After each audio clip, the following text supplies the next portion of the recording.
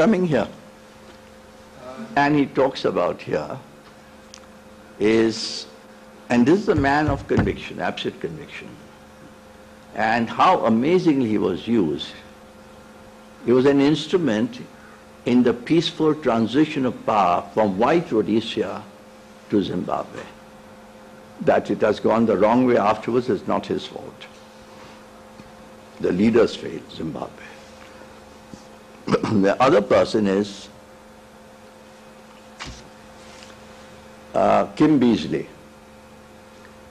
When I met the president after this book was launched, his office was pestering me to send the book in advance. I said, but I'm coming and presenting it to him a few days after the release. No, send us a copy now.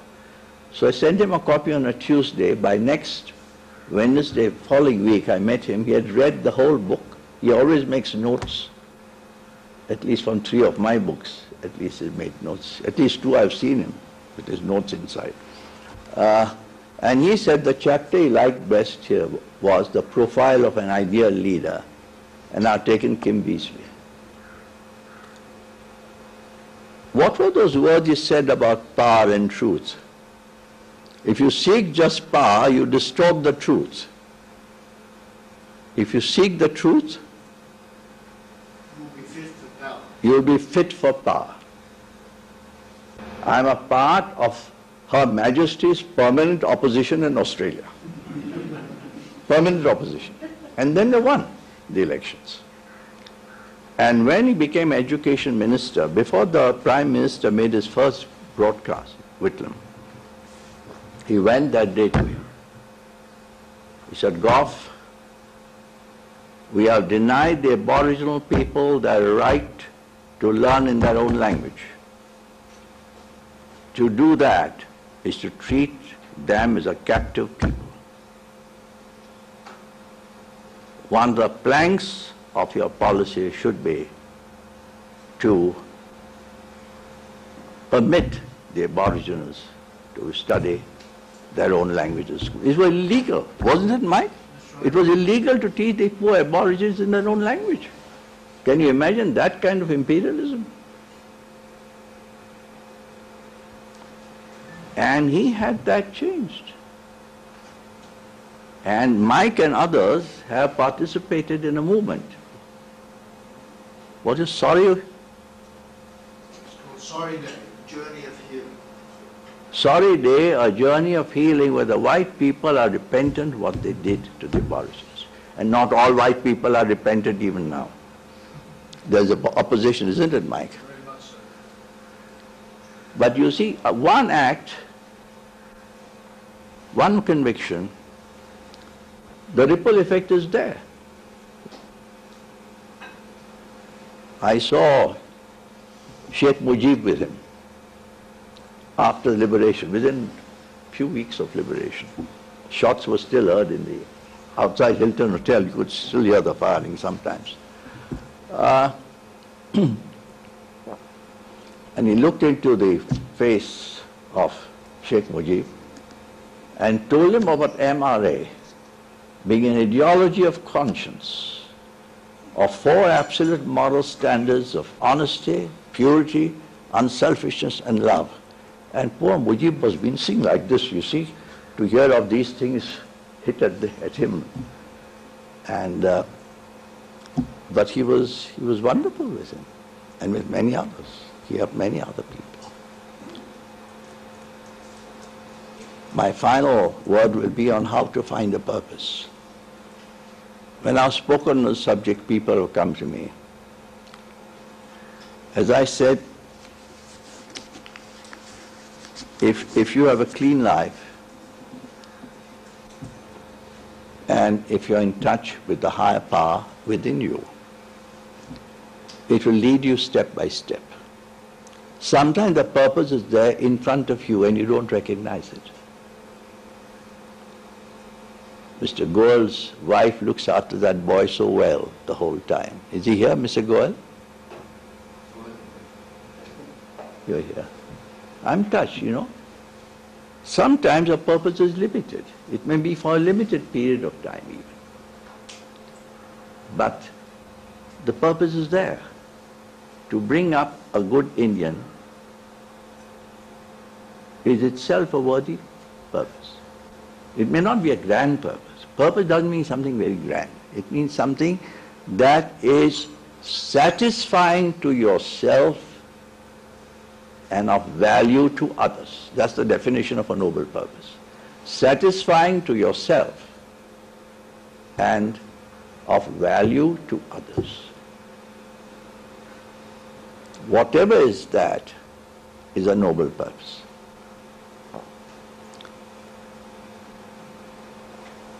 Well, I think I'll end it there.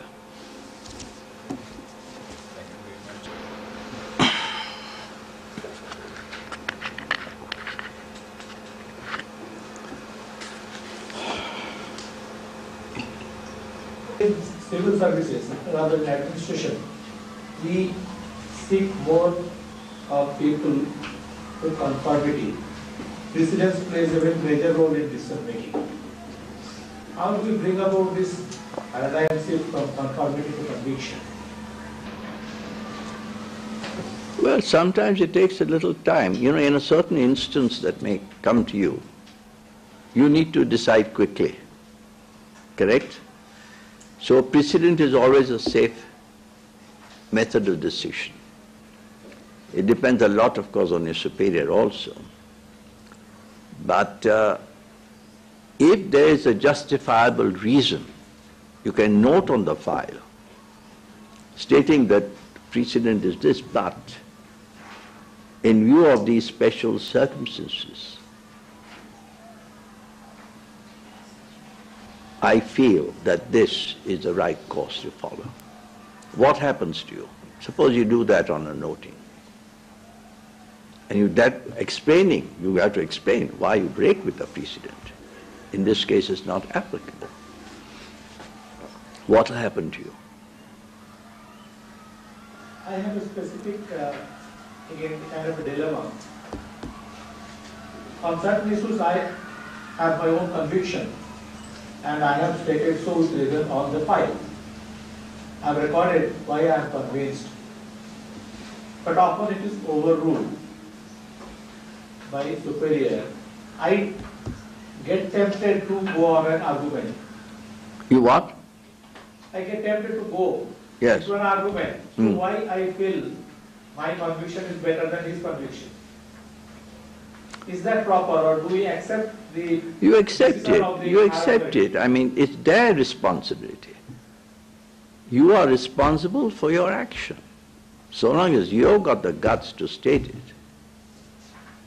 I mean, in the office I've had to. My boss once, he wanted me to bluff in putting some figures down. I refused to do it. He just snatched that paper away from me. Not in Tata's, in the publishing house. But I have to be true to myself. And you know, if you are like that, strangely enough, people respect you more than they respect the others who kowtow to them.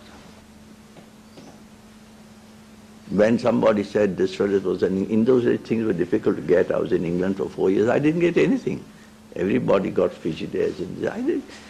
And he says, oh, somebody told him, you could have got something, or don't ask him to get anything. You know, people know that they cannot take you for granted. The important thing, my friend, is what I said earlier, not to want anything for yourself. If you want your promotion, if you want this, if you want that, then you're subject to being made to do things which are against your conscience. I must say, to the credit of Tatas, I was there 20 years and some months, no one asked me to do anything that was wrong. I don't think in any industrial-based trust I could have survived. So this is where the dilemma is. If I am convinced about something, Yes. and I am overruled and asked to do the contrary, I have to carry out something. Will that I am man not put, convinced. will that man put it on record? Do this? Obviously, I will insist that he puts it on record. Well, if he puts it on record, it's his responsibility.